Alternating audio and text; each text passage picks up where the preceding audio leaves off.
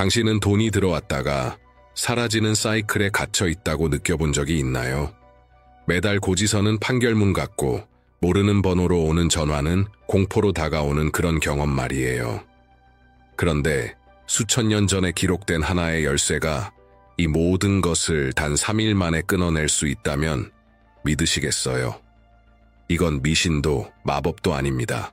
많은 사람들이 읽지만 거의 아무도 실행하지 않는 성경의 한 구절 안에 숨겨진 강력한 영적 원칙입니다.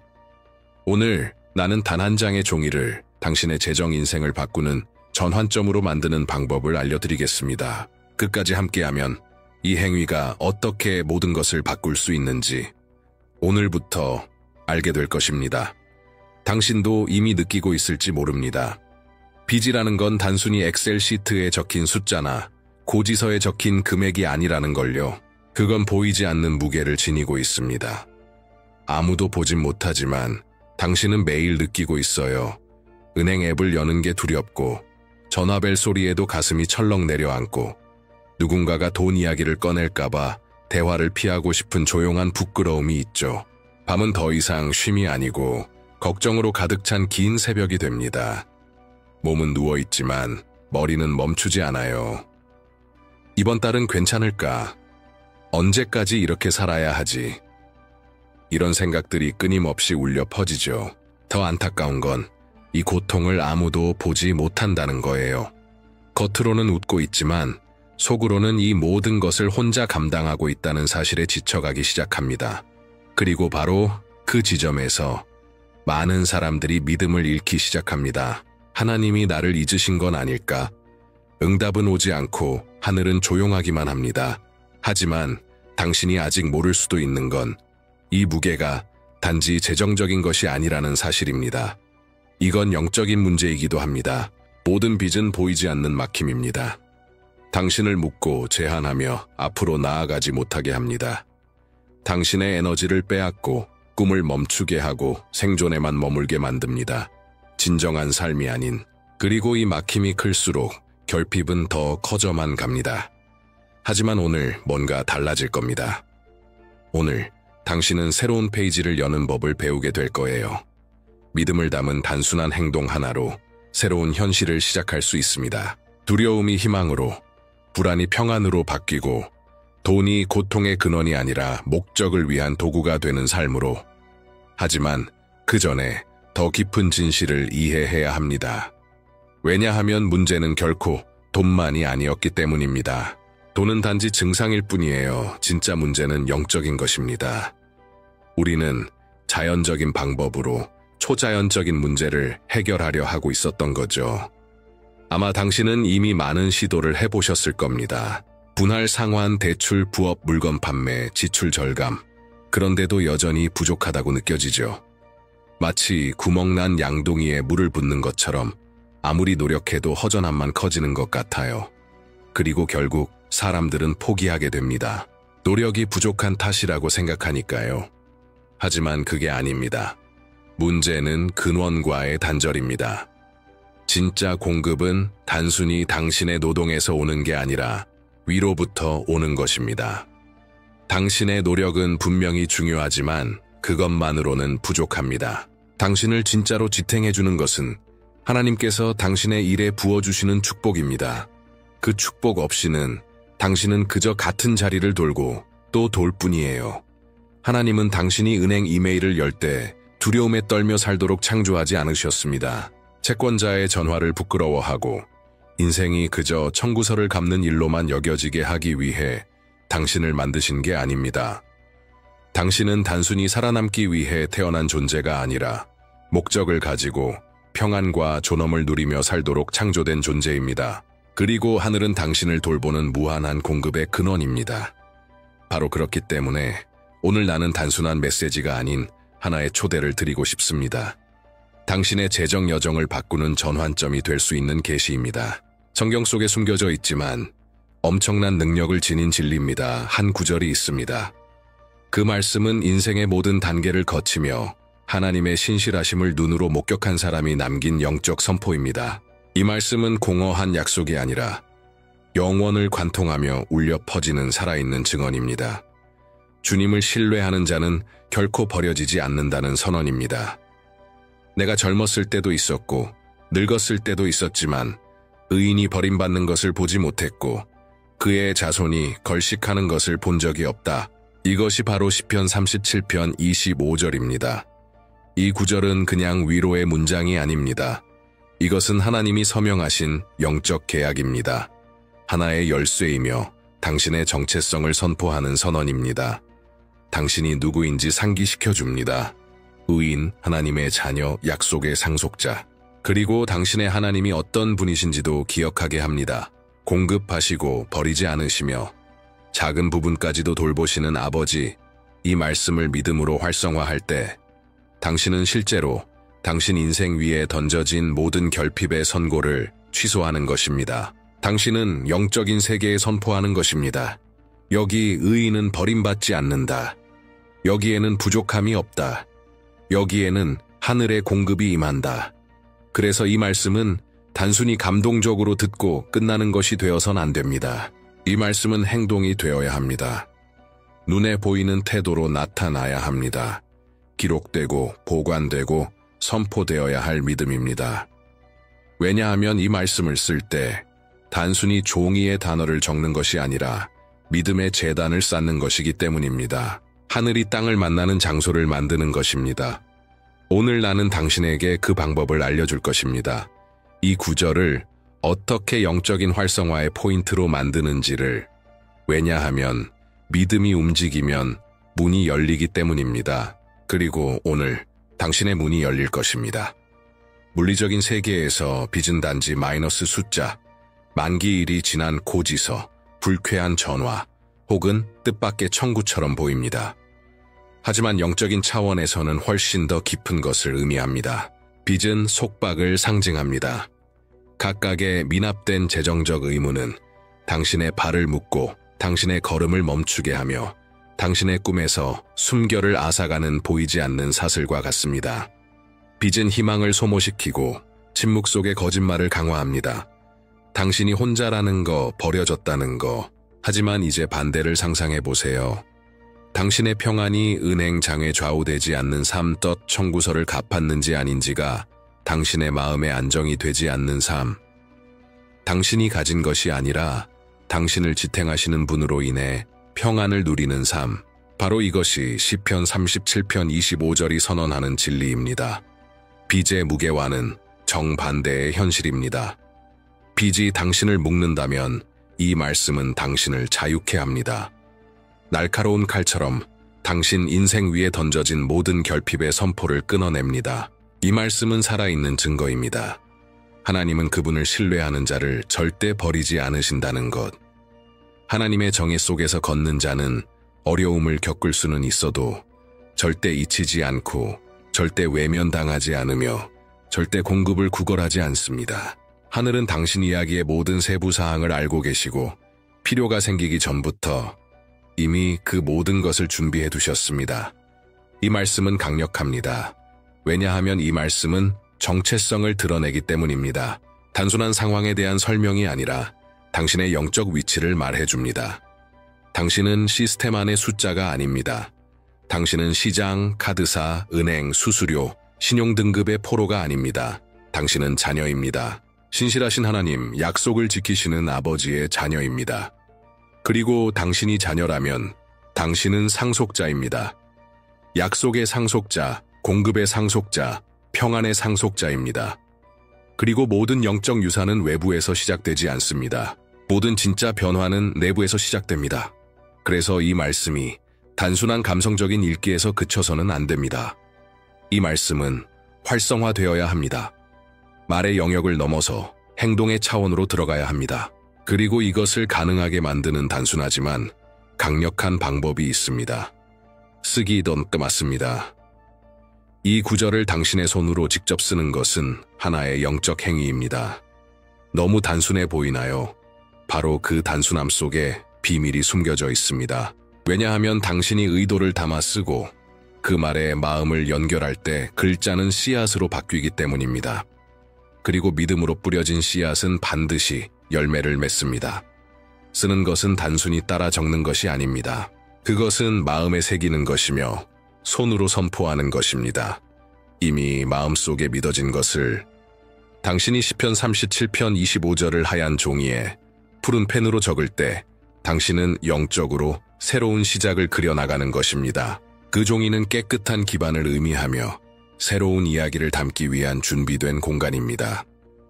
파란색 펜은 하나님의 신실하심과 하늘의 임재를 상징하며 적히는 각 글자는 하나님 앞에서 살아있는 약속으로 기록됩니다.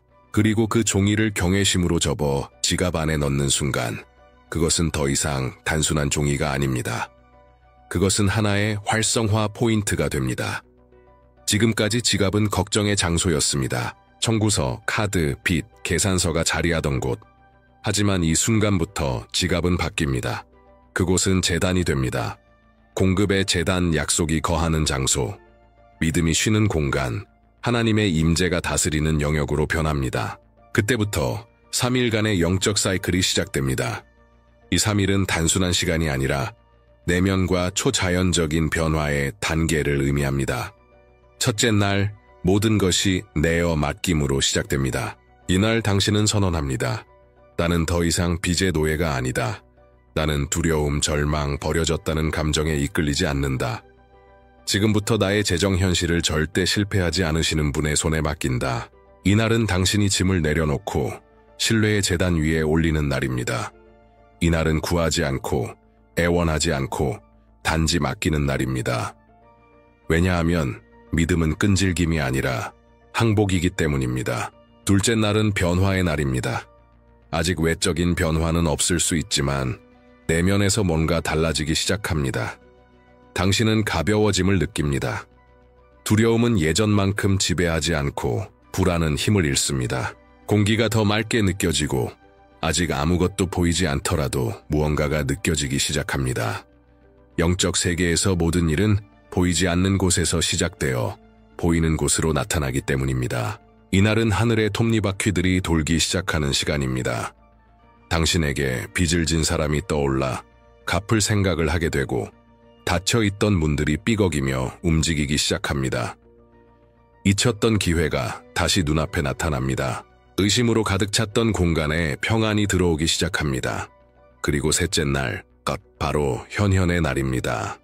보이지 않던 것이 현실이 되는 날, 무언가 일어납니다. 소식, 전화, 뜻밖의 메시지. 잊혀졌던 돈이 풀리고 닫혔던 문이 열리며 무거웠던 짐이 사라집니다. 그리고 당신은 깨닫습니다. 이건 우연이 아니다.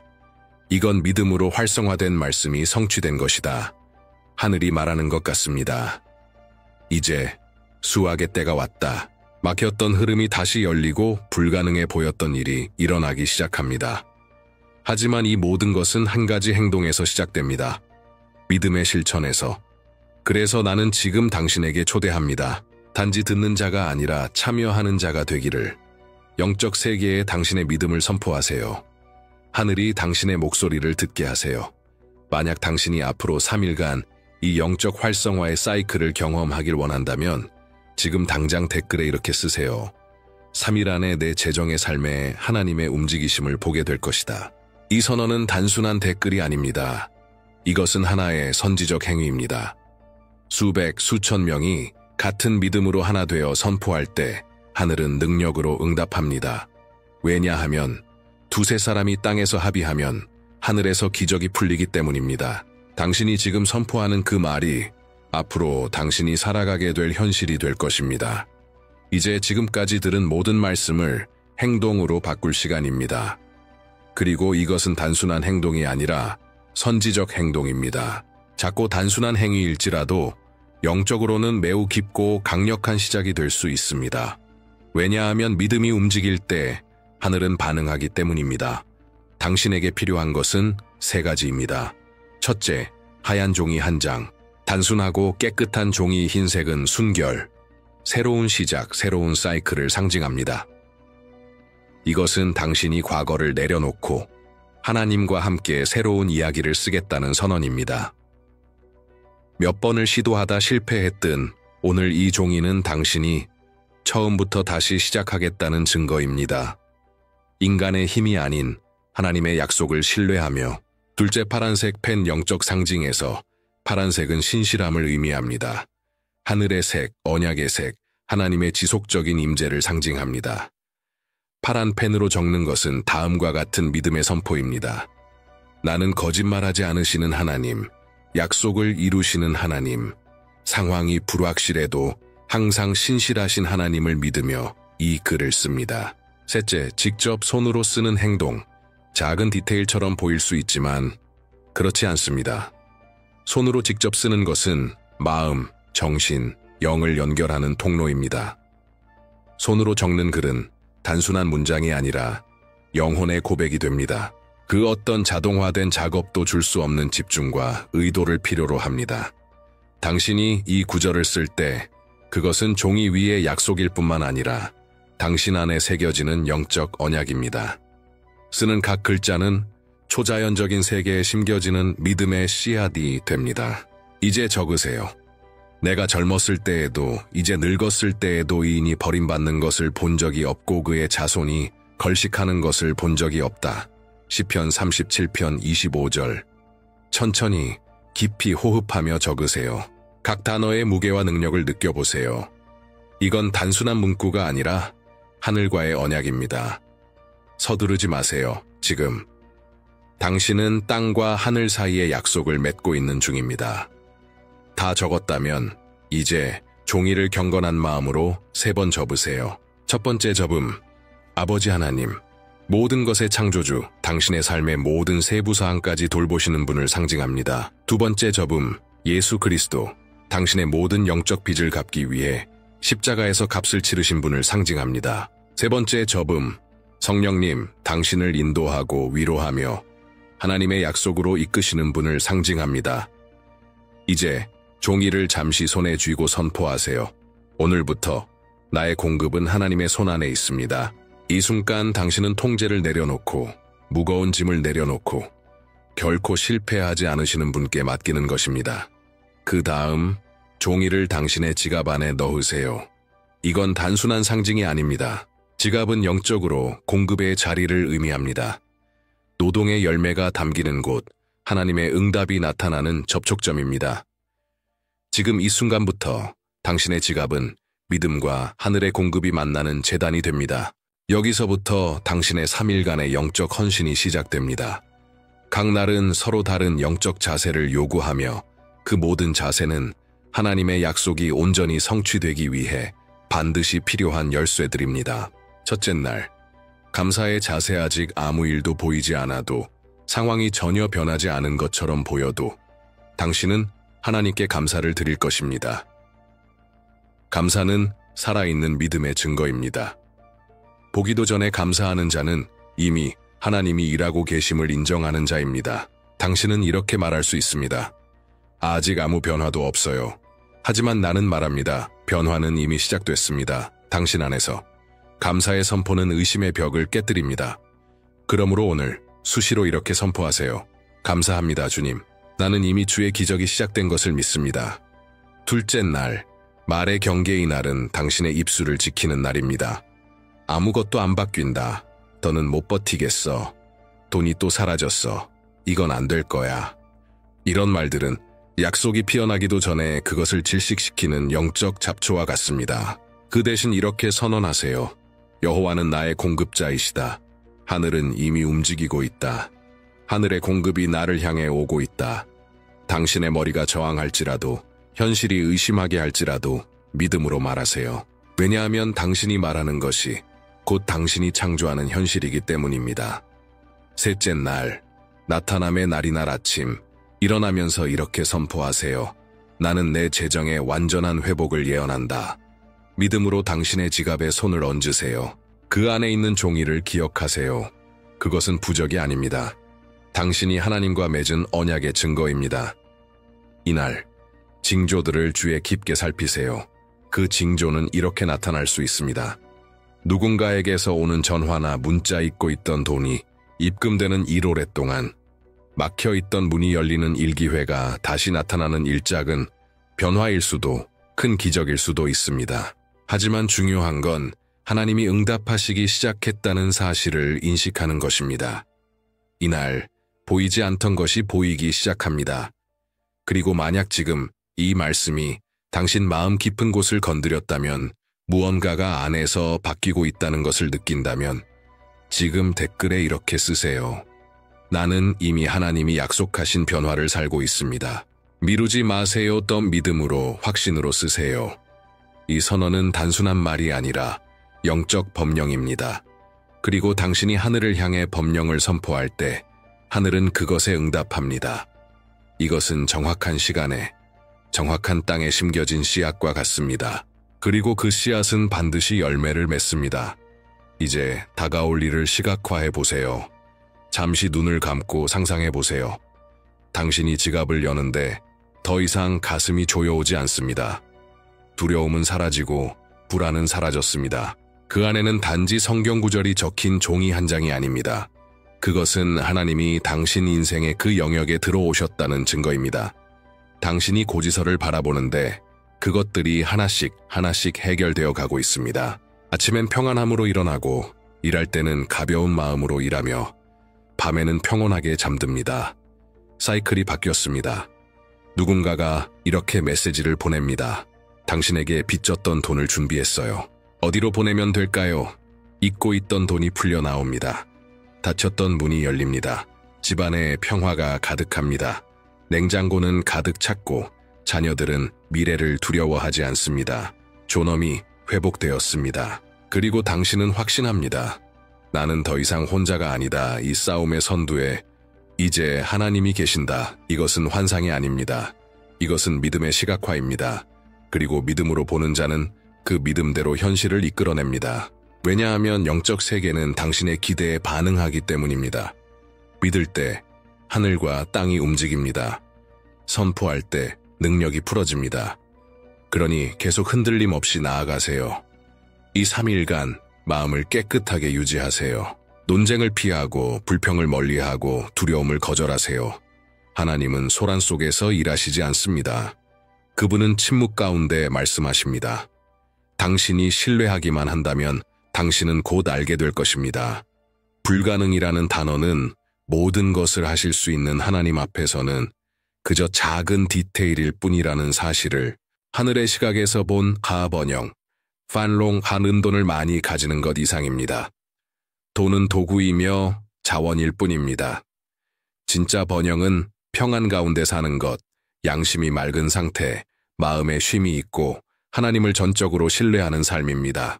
아침에 눈을 떠도 불안이 짓누르지 않고 가족과 함께 식탁에 앉아도 돈이 부족하다는 조용한 고통이 없으며 내일을 두려워하지 않고 잠자리에 드는 삶. 이것이 하나님이 당신의 삶에 부으시길 원하시는 번영입니다. 외면이 아니라 내면에서 시작되는 번영. 그 번영은 시간이 지나며 외적인 현실로 드러나게 됩니다.